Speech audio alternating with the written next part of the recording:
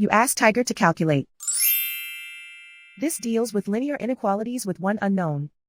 The final result is x greater than -3. Let's solve it step by step. Swap sides.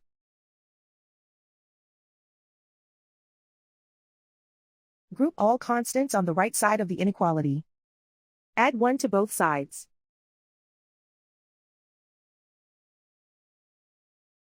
Simplify the arithmetic.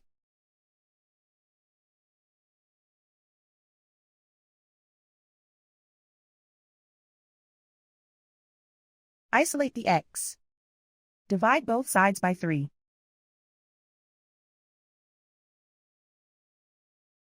Simplify the fraction.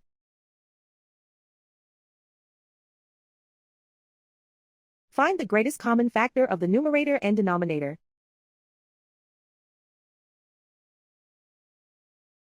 Factor out and cancel the greatest common factor.